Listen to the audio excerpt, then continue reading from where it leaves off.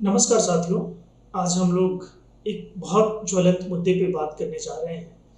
ये मुद्दा देश के वैसे युवाओं के लिए बहुत महत्व रखता है जो 12वीं की परीक्षा पास करके ग्रेजुएशन की पढ़ाई आरंभ करने जाते हैं और उनके समक्ष एक बहुत बड़ा चुनौती रहता है कि किस प्रकार से अपने परिवार को हाथ बटा सकें, किस प्रकार से जल्दी वो 3 साल का गैप पीरियड लेकर के अपने आप को ऐसे जीवन में स्थापित कर सके कि ना सिर्फ उनका परिवार, ना सिर्फ उनका समाज, बल्कि उससे जुड़े हुए तमाम लोगों को एक नए सिरे तक, एक नए सफलता तक जल्दी से जल्दी पहुंचा जा सके। आज हम लोग इन्हीं मुद्दों के ऊपर बात करेंगे कि वो युवा मन क्या सोचता है और अगर वो सोचता है तो क्या सफलता के आखिरी मुकाम तक वो पहुंच पाता है या सिर्फ सोच भर से ही वो अपनी मंजिल तक पहुंच सकता है। तो बहुत सारे सपने उनके समक्ष कौंधते हैं और एक अदद सी गाइडेंस के अभाव के कारण से वो सर्टेन प्लेस पे आकर के बिखर जाते हैं। तो आज की चर्चा में, आज के ये छोटे से वार्तालाप की जो श्रृंखला हम लोगों ने शुरू की है, इसमें हम लोग इस मुद्दे के ऊपर चर्चा करने की कोशिश करेंगे। सबसे पहले ये वो वक्त है, ये वो दौर है जिस दौर में खास करके युवा मन बहुत बार भटकाव की स्थिति में रहता है।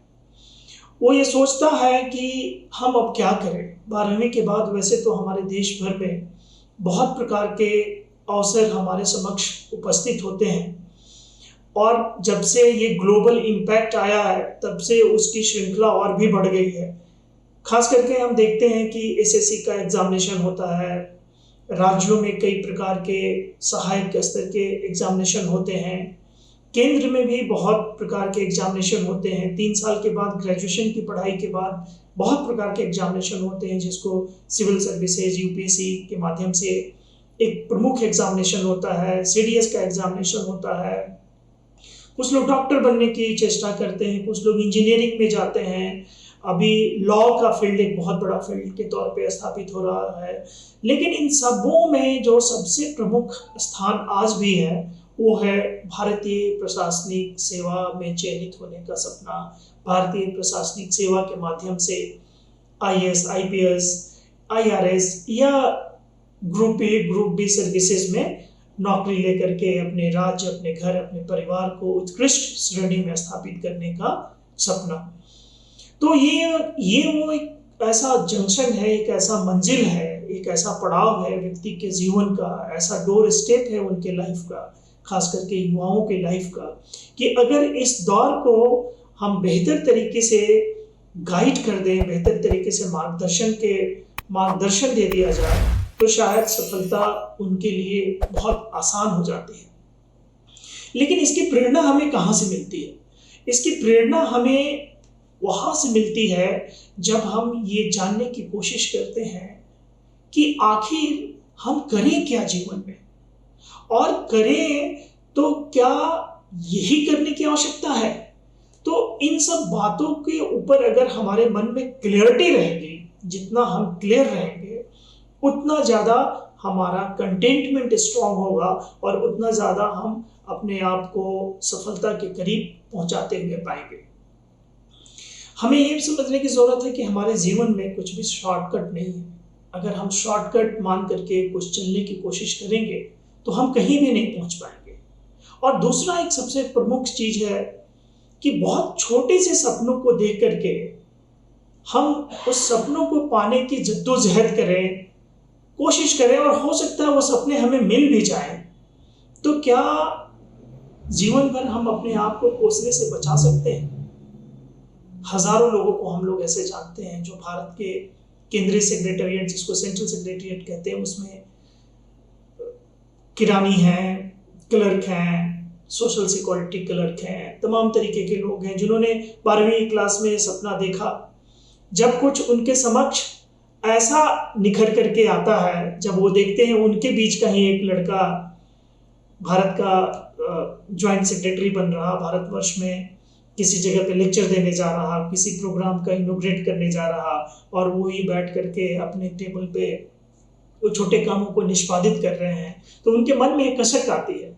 ऐसे बहुत सारे इंटरव्यू को हम लोगों ने किया है, लोगों से मिले हैं, और वो लोग बार बार ये कहते हैं कि काश हम लोग 12वीं में साथ पढ़ लिए होते, काश उस पथ पे हम भी चले होते और चल करके इस मंजिल को पा लिए होते, तो आज ये 10 से 5 का जो नौकरी है, जो बोरियत बन गई है हमारे जीवन में, उसमें कुछ नयापन होता, उसमें कुछ एक अनूठापन होता, और हमारे पास भी चुनौतियां होती, हमारे पास भी वो चैलेंजेस होते हैं जिसको रोज हम फेस करते हैं, हमारा व्यक्तित्व भी मजबूत होता और हम भारतवर्ष की सेवा भी बहुत अच्छे प्रकार से कर पाते।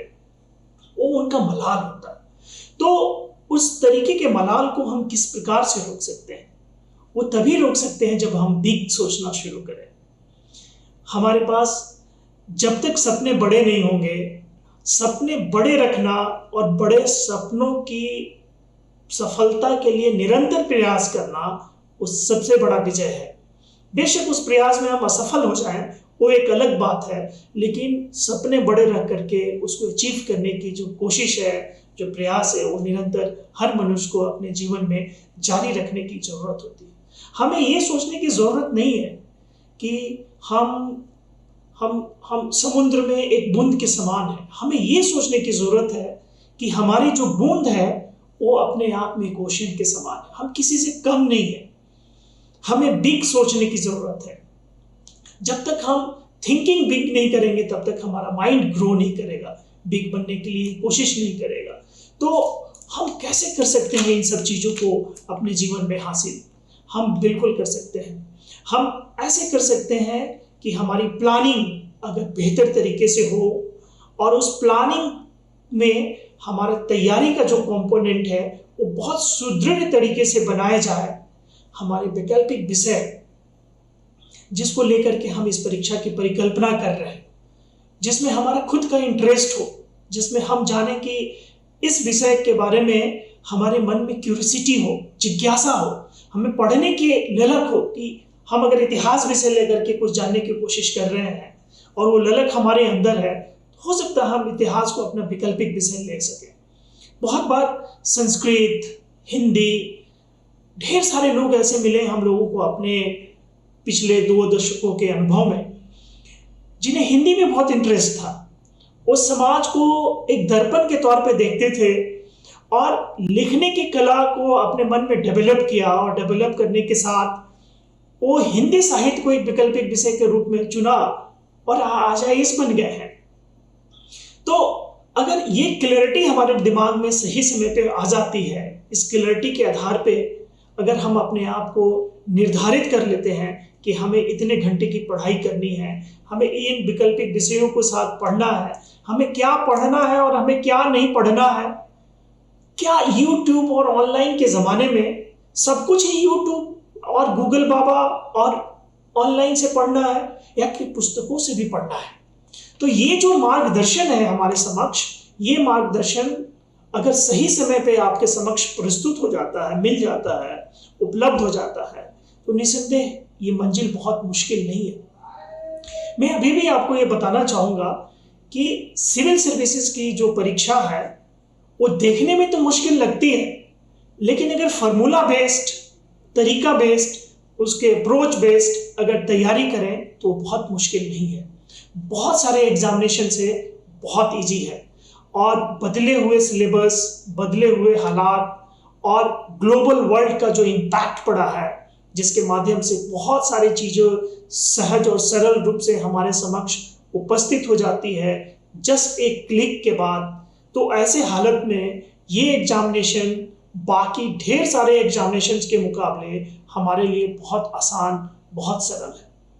हमें करना क्या है? हमें अपने आप को टाइम के साथ मैनेज करना है।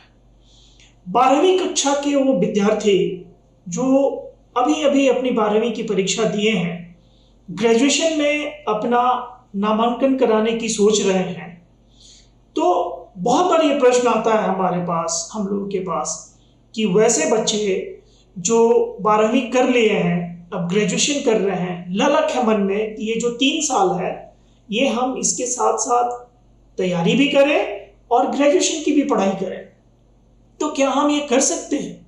बिल्कुल कर सकते हैं, निसंदेह कर सकते हैं। हमारे पास 24 घंटे होते हैं, उस 24 घंटे को अगर हमने मैनेज कर लिया बेहतर तरीके से, तो हमारे पास एकदम सफलता की गारंटी है। हमें करना क्या है?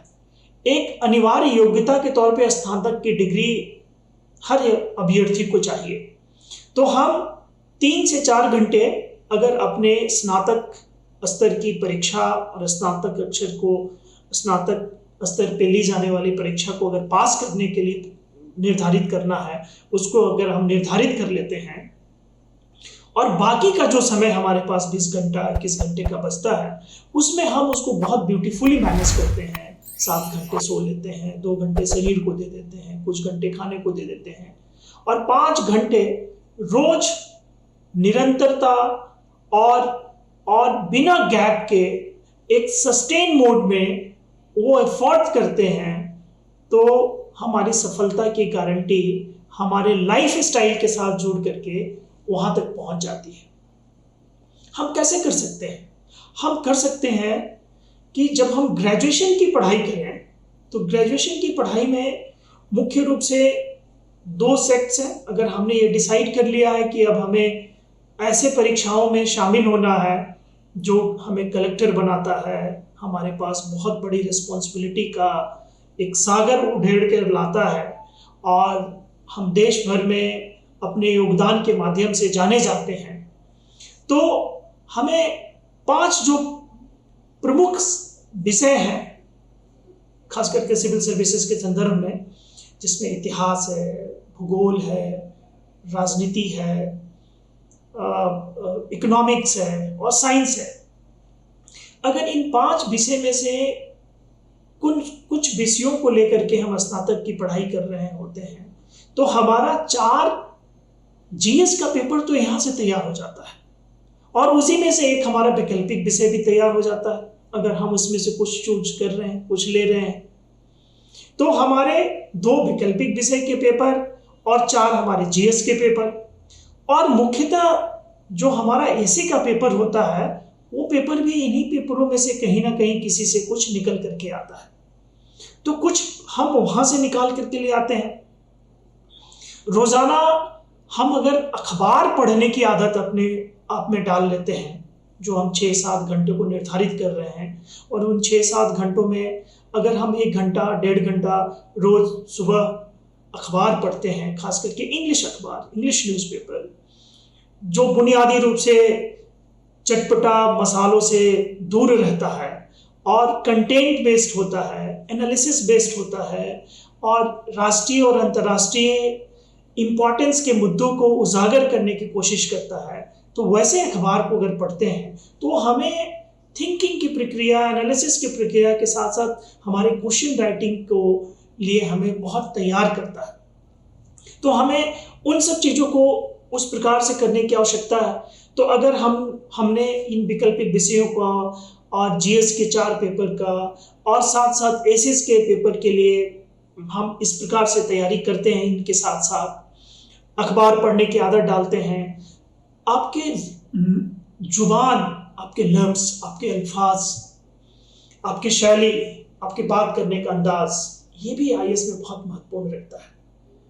ये सारी चीज अगर आपके जीवन पद्धति का, लाइफ स्टाइल का एक प्रमुख हिस्सा बन जाता है, तो आपको इंटरव्यू में, आपके साक्षात्कार में, या आपके तैयारी के दौरान आपका जो इम्प्रेशन निकलेगा अपने साथियों के साथ, अपने बाकी और लोगों के साथ, वो बहुत महत्व का निकलेगा।